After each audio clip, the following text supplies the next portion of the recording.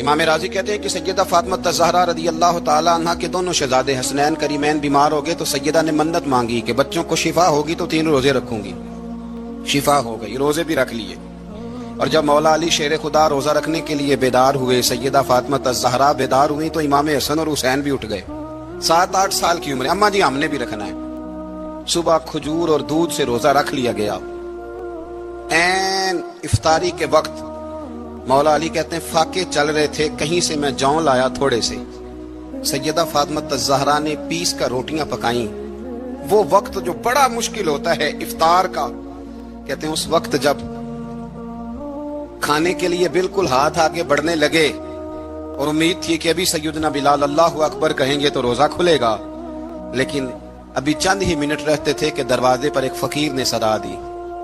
کہنے لگا سارے مدینے کے دروازے کھٹکھٹا آیا ہوں، قحط ہے، فاقہ ہے، اے رسول اللہ کے خاندان والوں، میں یتیم ہوں. کسی نے بتایا ہے کہ اور کوئی دروازہ کھلے نہ کھلے سیدہ کا دروازہ تیرے لیے ضرور کھلے گا. کیا یتیم کو روٹی ملے گی؟ تو حضرت مولا علی نے بچوں کی طرف دیکھا ہی تھا کہ امام حسن ساری روٹیاں جا کے دروازے پہ دے آئے. کھجور اور پانی سے افطار ہو گیا. صبح پھر کھجور اور دودھ سے روزہ رکھا. امام راضی کہتے ہیں این وہ وقت جب افطار کا ٹائم آیا تو پھر دروازے پہ کسی نے صدا دی. کہا اے رسول اللہ کے خاندان والوں، میں مسکین ہوں، رات سے روٹی کھائی ہے، نہ صبح کھا سکا نہ دوپہر. کسی نے بتایا ہے کہ اس دروازے سے خالی کوئی نہیں جاتا. امام حسن نے پھر سارا لنگر اٹھایا اور پھر جا کے دے دیا. تیسرا دن پھر ہوا. مجھے یوں لگتا ہے جب افطار کا ٹائم آیا ہوگا نا تو یہ خود ہی سارے دروازے پہ دیکھتے ہوں گے کہ کوئی آیا نہیں لینے والا ابھی تک. لگتا ہے کہ نظریں دروازے پہ تھیں. این افطار کے وقت 3 روٹیاں جب جوں کی پک کے آئی، ایک بھکاری نے صدا دی. کہنے لگا میں قیدی ہوں، آج ہی قید سے رہائی ملی ہے، پہلے دن کسی کے دروازے پہ صدا دی ہے روٹی ملے گی. امام حسن وہ کھانا دے کے واپس لوٹے. کھجور اور پانی سے افطار ہوا اور جیسے ہی مسجد نبوی میں تینوں باپ بیٹا نماز پڑھنے گئے تو مولا علی کہتے مجھے بتانا نہیں پڑا. رسول کریم نے میری طرف دیکھ کے فرمایا علی تیرا، فاطمہ کا، حسن اور حسین کا 3 دن والا عمل خدا کو بھی بڑا پسند آیا ہے اور محمد مصطفیٰ کو بھی بڑا پسند آیا. وہ بڑا پسندیدہ عمل. میں کہتا ہوں کہ حضرت فاطمہ نے نا ان کی تربیت پہلے ہی کر دی تھی. 3 دن بغیر افطار کے روزہ رکھنے کی وہ ٹریننگ گھر سے ہو چکی تھی. اب میدان کربلا میں 3 دن بھوکا پیاسا رہنا ان کے لیے مشکل نہیں تھا. وہ تو ان بچوں کے لیے مشکل ہوتا ہے جو کھانا دیر سے پکنے سے برتن توڑنے شروع کر دیتے. وہ بچے بلیک میل ہوتے ہیں جن کو ایک وقت ان کے پسند کا کھانا نہ ملے تو وہ گھر میں جو ہے وہ ادھم شروع کر دیتے ہیں. جن کی ماں نے عادت ڈالی ہو کہ بیٹا 3 دن بھوکے پیاسا رہنا ہوا تو رہ لینا لیکن کسی بھی باطل کے ساتھ کمپرومائز نہ کرنا، ان کے لیے اتنا مشکل نہیں تھا. ان کی تربیت ہوئی، ان کی ٹریننگ ہوئی، پھر اللہ نے ان کی سیرت میں رنگ بھرے، ان کے کردار میں حسن آیا، وقار آیا. حضرت امیر معاویہ رضی اللہ تعالیٰ عنہ نے ایک شخص کو بھیجا مدینہ منورہ شام سے. تو اس نے کہا میں نے امام حسین سے ملنا ہے، تعارف کیا ہے؟ جناب امیر معاویہ فرمانے لگے مسجد نبوی میں جانا جس کے گرد لوگ سب سے زیادہ ادب سے بیٹھے ہوں اور جس کی باتیں سب سے زیادہ میٹھی ہوں اور جس کی نظریں سب سے زیادہ جھکی ہوں اور جس کے چہرے پر تمہیں سب سے زیادہ وقار نظر آئے وہی علی کے بیٹے حسین ہوں گے. جو سب سے زیادہ تمہیں وہاں ماحول کے اندر جو شخص نظر آئے پوچھنے کی ضرورت نہیں پڑے گی. تو شخص کہتا میں مدینے آیا تو میں نے واقعی ایک شخص کو دیکھا، شہد کے گرد مکھیوں کا اتنا ہجوم نہیں ہوتا جتنا امام حسین کے گرد رسول اللہ کے غلاموں کا ہجوم تھا. لیکن نظریں جھکی ہوئی، باتیں میٹھی، لہجہ گداز، لفظوں میں رانائی. اور لوگ کئی باتیں پوچھتے تو علی کے صاحبزادے ایک آدھ جملہ بولتے تو لگتا یہ کہ وہ جملہ سیدھا دل میں اترتا چلا جاتا ہے. امام علی مقام کے کردار میں نا کچھ باتیں بڑی زیادہ تھیں، بہت زیادہ تھیں، بڑا حسن تھا. ایک بات تو یہ تھی امام حسین رضی اللہ تعالیٰ عنہ کا علم و فضل بڑا کمال کا تھا. ایک دفعہ صحابہ میں مسئلہ بن گیا کہ بچہ پیدا ہوتا ہے تو اس کا وظیفہ کیسے لگانا ہے. امام حسین کا علم و فضل بتا رہا ہوں، علم و فضل. تو بات بڑی پیچیدہ ہو گئی. حضرت عبداللہ ابن زبیر کے پاس لوگ آئے، کہنے لگے کہ آپ بڑے صاحب علم و فضل ہیں، آپ نے حضور علیہ الصلوۃ والسلام کے ساتھ وقت گزارا ہے، تو مسئلے کو حل کریں کہ بچہ پیدا ہونے کے بعد حکومت اگر وظیفہ لگائے گی تو کب لگائے گی. جب بحث طول پکڑ گئی، مسئلہ حل نہیں ہوتا تھا، تو حضرت عبداللہ ابن زبیر کہنے لگے ہم سے نہیں حل ہوگا، ایک بندہ ہے جس کے سینے میں رسول اللہ صلی اللہ تعالی علیہ وسلم کے نور نبوت کا فیضان ہے، وہ یہ مسئلہ حل کریں گے۔ تو کہا وہ کون سے؟ آپ فرمانے لگے جب ہم سے مسائل حل نہیں ہوتے تو ہم ان کے علم سے فائدہ اٹھاتے ہیں۔ کہا کون ہے؟ کہا جناب امام حسین۔ تو لوگ حضرت امام حسین کے پاس گئے کہ حضرت یہ ایک مسئلہ الجھ گیا ہے کہ بچہ پیدا ہو تو وظیفہ کب لگانا ہے؟ فرمایا الجھنے والی بات ہی کوئی نہیں، پیدا ہونے کے بعد جب وہ پہلی دفعہ آواز نکالے تو اس کا وظیفہ لگا دو۔ اس کا مطلب یہ ہے کہ وہ دنیا میں آ گیا ہے، اس نے اپنے آنے کا اظہار کر دیا ہے، اعلان کر دیا ہے، اب اس کا وظیفہ لگا دو۔ تو اس پر پھر صحابہ کا اتفاق ہو گیا۔ امام حسین کے علم سے، فضل سے لوگ فیض اٹھاتے تھے۔ پھر اس کے ساتھ ساتھ امام حسین کا ذوق عبادت بڑا شاندار تھا، بڑا زبردست ذوق۔ علامہ جوزی نے لکھا ہے وکان الحسین رضی اللہ تعالی عنہ فاضلا کثیر الصوم والصلاۃ والحج والصدقۃ وافعال الخیر جميعا۔ آپ فرماتے ہیں کہ امام حسین زیادہ نمازیں پڑھنے والے تھے، کثرت سے سجدے کرنے والے، کثرت سے روزے رکھنے والے، زیادہ حج کرنے والے، اور امام حسین صدقہ دینے والے اور نیکی کے کاموں میں شدت کرنے والے تھے۔ امام حسین کا جو ذوق عبادت تھا وہ اتنا شاندار تھا کہ آپ فرض نماز کے علاوہ روزانہ 100 رکعت نماز نفل ادا فرمایا کرتے ہیں۔ اور امام حسین فرماتے زندگی میں کبھی ایسا نہیں ہوا کہ 3 دن گزر گئے اور حسین کا قرآن پاک ختم نہ ہوا۔ 25 حج کیے امام حسین نے مدینہ منورہ سے مکہ مکرمہ پیدل جا کے، 25 حج۔ اب تو نسبت والے لوگوں کو عبادت کی ضرورت نہیں نا، الا ماشاءاللہ کہتے ہیں نسبت بڑی ہے۔ بھئی جن کی نسبت اتنی خاص تھی کہ حضور نے فرمایا یہ فاطمہ کے نہیں میرے بیٹے ہیں، ان کا تو حال یہ ہے کہ فرض کے علاوہ 100 نفل، 3 دن سے پہلے ختم قرآن پاک، 25 حج فرمائے، تو کس نسبت کی بات کرتا ہے؟ یہ نسبتیں تو ہیں جو انسان کو عبادت کے قریب کرتی ہیں۔ لوگوں نے معیار ہی بدل دیا ہے۔ حضرت سیدنا امام حسین کی شہادت کے بعد حضرت عبداللہ ابن زبیر رضی اللہ تعالیٰ عنہ نے قاتلان حسین سے خطاب کیا اور فرمانے لگے اللہ کی قسم تم نے اس شخص کو شہید کیا ہے جو راتوں کو لمبے لمبے قیام کرتا تھا، اور تم نے اس شخص کو شہید کیا ہے جس سے میں دن میں جب بھی ملتا تھا تو وہ روزے سے ہوتا تھا۔ تم نے اس شخص کو شہید کیا جو قائم اللیل تھا، صائم الدہر تھا، اس شخص کو تم نے شہید کیا۔ آپ کو پتہ ہے کہ میدان کربلا میں جب 9 محرم کو ابن سعد نے امام حسین سے کہا کہ جنگ کرو اگر یزید کی بیعت نہیں کرنی، تو امام حسین نے فرمایا 1 رات کی مہلت دے دو، 1 رات کی مہلت دے دو۔ حضرت امام زین العابدین کہتے ہیں میں نے اپنے والد گرامی سے عرض کی کہ ابا جی آپ جہاد سے دور جانے والے تو ہیں نہیں، آپ تو جہاد سے پیار کرنے والے، اور یہ بھی پتہ ہے مجھے کہ یہ جنگ اب ہو کے رہے گی، تو 1 رات کی مہلت دینے کا معنی کیا ہے؟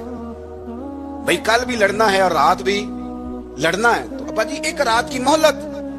تو سیدنا امام حسین رضی اللہ تعالیٰ عنہ فرمانے لگے بیٹا رات کی مہلت اس لیے لی ہے کہ میں آج رات کھل کے اپنے رب کی عبادت کر لوں، میں استغفار کر لوں، میں لمبے سجدے کروں۔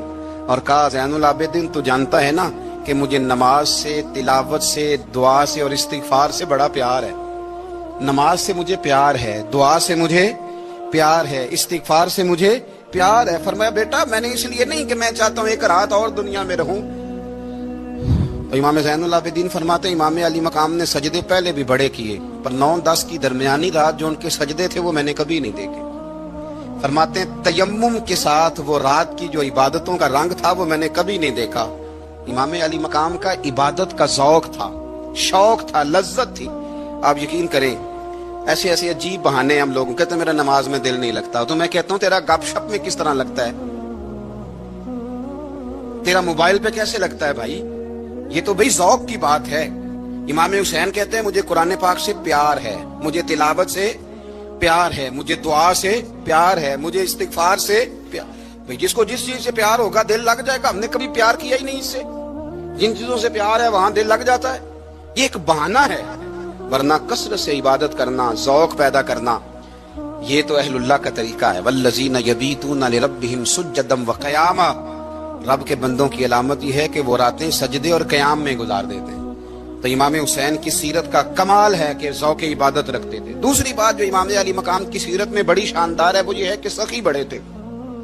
ایک قول سنانا ہے آپ کو امام حسین کا، اور خواہش میری یہ ہے کہ میرے حاضرین اور ناظرین اس قول کو رٹا لگا کے یاد کریں۔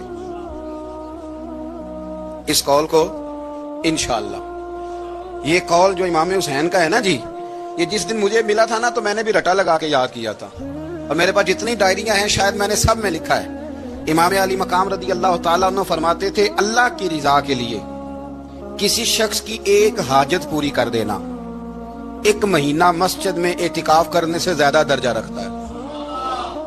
ایک بندے کی ایک حاجت پوری کر دینا 1 مہینہ پورا مسجد میں اعتکاف کرنے سے زیادہ درجہ رکھتا ہے. خدا کے بندے تو ہیں ہزاروں اور بنوں میں پھرتے ہیں مارے مارے، میں اس کا بندہ بنوں گا جس کو خدا کے بندوں سے پیار ہوگا. کسی بندے کی ایک حاجت پوری کرنا 1 مہینہ اعتکاف میں بیٹھنے سے زیادہ افضل ہے. اسی لیے تو میرے حبیب کریم علیہ السلام نے فرمایا تو رب کے بندوں کی حاجتیں پوری کرنے میں لگ جا، رب تیری حاجتیں پوری فرما دے گا. امام علی مقام فرماتے تھے ایک حاجت کسی کی پوری کرو. حضرت جناب سیدہ زینب بنت ابی رافع کہتی ہیں کہ سیدہ فاطمہ الزہرا نا ایک دن اپنے دونوں شہزادوں کو لے کے، جب حضور کی طبیعت مبارک بظاہر علیل تھی جس میں حضور کا وصال ہوا، دونوں شہزادے لے کے سیدہ فاطمہ نبی کریم کی بارگاہ میں گئی. کہنے لگی یا رسول اللہ میرے بچوں کو کچھ دیجئے. سیدہ پاک تو حضور اٹھ کے بیٹھ گئے، اس کندھے سے امام حسن کو لگایا اور اس سے امام حسین کو لگایا اور فرمایا فاطمہ یہ جو میرا حسن ہے نا اس کو میں اپنی ہیبت اور سرداری دیتا ہوں، اور فرمایا یہ جو میرا حسین ہے نا حسین کو میں اپنی جرت اور سخاوت دیتا ہوں. میرا حسین جرت مند ہوگا اور سخی ہوگا. داتا گانج بخش علی حجویری امام الاولیاء سید الاصفیاء داتا صاحب کشف المعجوب میں فرماتے ہیں ایک دن نا امام حسین کے پاس ایک شخص آیا بڑی دور سے کچھ مانگنے کا، حضور کچھ دیجئے. وہ شخص کہتا ہے کہ میرا ظرف یہ تھا کہ 4-5 دینار ملیں گے. تو امام حسین فرمانے لگے تھوڑی دیر بیٹھ جا، رزق آ رہا ہے. تو امام حسین کو حکومت وقت کی طرف سے نا 5 تھیلیاں ملی جس میں ایک تھیلی میں 500 اشرفیاں تھیں. 5 تھیلیاں آئیں لیکن اس کو آنے میں نا ذرا دیر ہو گئی. وہ 5 تھیلیاں جب آئی نا تو امام حسین اس کی طرف 5 تھیلیاں بڑھا کے نا، ذرا دیکھنا میری طرف غور سے، 5 تھیلیاں بڑھا کے نا تو فرمانے لگے میاں جتنا تجھے انتظار کرایا ہے نا اتنی ہم تیری حاجت پوری نہیں کر سکے. تو یہ نہ محسوس کرنا کہ حسین کے دروازے پہ بیٹھا بھی رہا ہوں تو ملا کیا ہے. یہ نہ محسوس کرنا. وہ شخص کہتا ہے جب میں نے وہ تھیلیاں کھولی اور پھر میری نظر امام حسین پہ پڑی تو میرے اندر سے آواز آئی اگر حسین ابن علی اتنے سخی ہیں تو محمد عربی کتنے سخی ہوں. اگر یہ معیار ان کا ہے، ان کا یہ معیار ہے، اور خود بھیک دیں خود ہی کہیں منگتے کا بھلا ہو. خود کہنے لگے جتنا انتظار کرایا ہے اتنی تیری مدد کر سکے. یہ سخاوت کا معیار تھا، یہ طریقہ تھا. ایک دفعہ سیدنا امام حسین رضی اللہ تعالیٰ عنہ کے گھر کے اندر نا 5000 دینار آئے. مسجد میں تھے، آپ کو 5000 دینار ملے تو امام زین العابدین کہتے ہیں کہ مسجد سے لے کر گھر آنے تک امام حسین نے 5000 اللہ کے رستے میں خیرات کر دی. فرماتے میں نے کہا ابا جی 5 دینار کی گھر میں ضرورت تھی، مالاں والے سخی نہیں ہوندے تے سخیاں کول مال نہیں ہوندا. ایتھے اوتھے دوویں جہان نہیں، سخی کنگال نہیں ہوندا. کہا ابا جی 5 دینار کی گھر میں ضرورت تھی. تو کہتے ہیں مجھے فرمانے لگے بیٹا یہ جن کو میں نے دیا ہے نا یہ گھر کے لیے ہی دیا ہے، یہ گھر کے لیے ہی دیا ہے. جن کو دیا ہے تمہارا کیا خیال ہے یہ باہر خرچ ہوا ہے؟ یہ گھر کے لیے ہی ہے.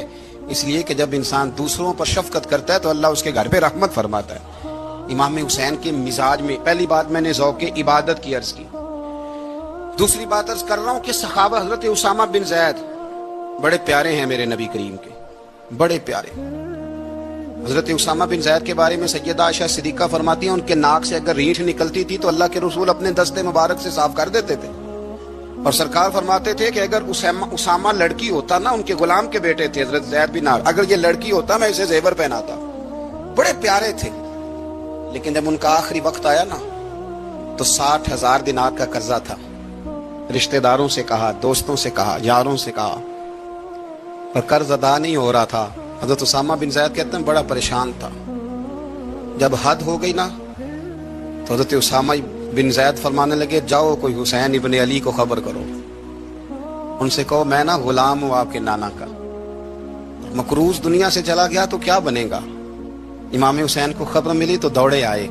لاجپال اس پیر کو نہیں کہتے جو تگڑا نذرانہ لے کے تو ماتھا چوم لے. لاجپال تو اس کو کہتے ہیں کہ جب ضرورت پڑے تو وہ سر پہ موجود ہو.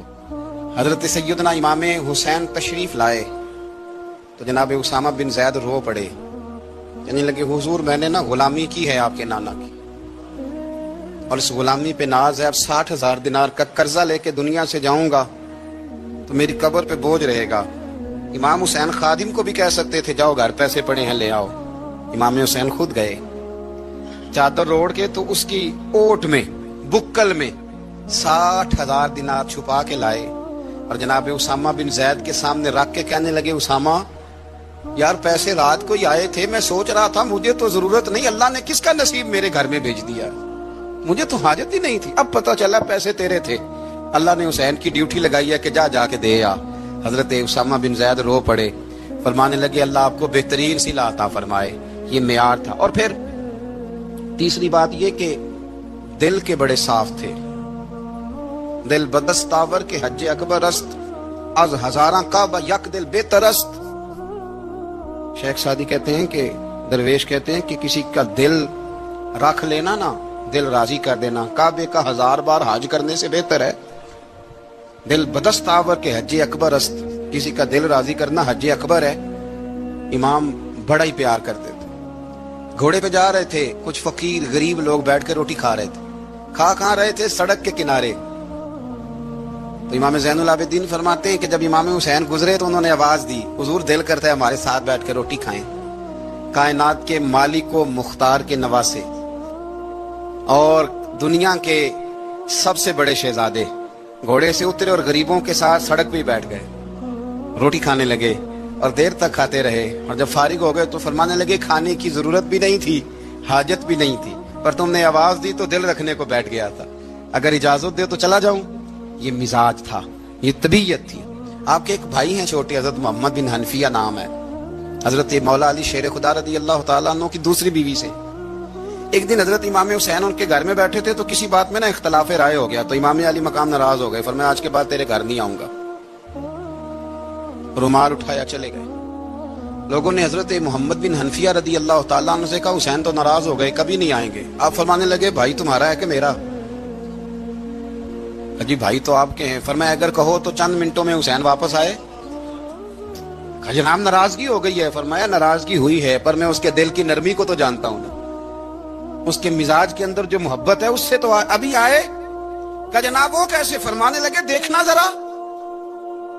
تو امام حسین نے خط لکھا، حضرت محمد بن حنفیہ نے رکا لکھا، کہنے لگے حسین میرے باپ کا نام بھی علی ہے اور آپ کے باپ کا نام بھی علی ہے، پر ایک فضیلت ایسی ہے جس میں میں آپ کا مقابلہ نہیں کر سکتا، وہ یہ ہے کہ آپ سیدہ فاطمہ الزہرا کے لال ہیں، اب محمد مصطفیٰ علیہ السلام کے نواسے ہیں۔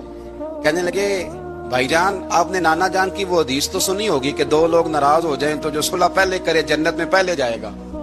فرمانے لگے دل میرا کر رہا تھا کہ پہلے صلح کر لوں، لیکن پھر بڑے بھائی کو پشت کروں گا جنت میں جاتے ہوئے، یہ بھی تو بے ادبی ہے نا۔ اب خط میں نے لکھ دیا ہے، آپ کا جو ارادہ ہو۔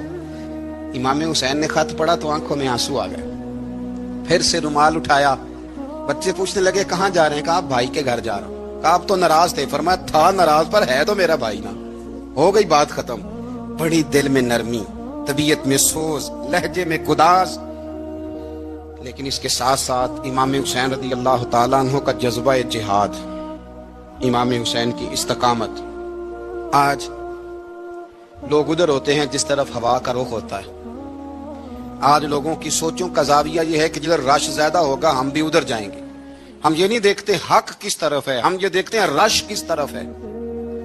امام حسین رضی اللہ تعالیٰ عنہ نے رش نہیں دیکھا، حق دیکھا۔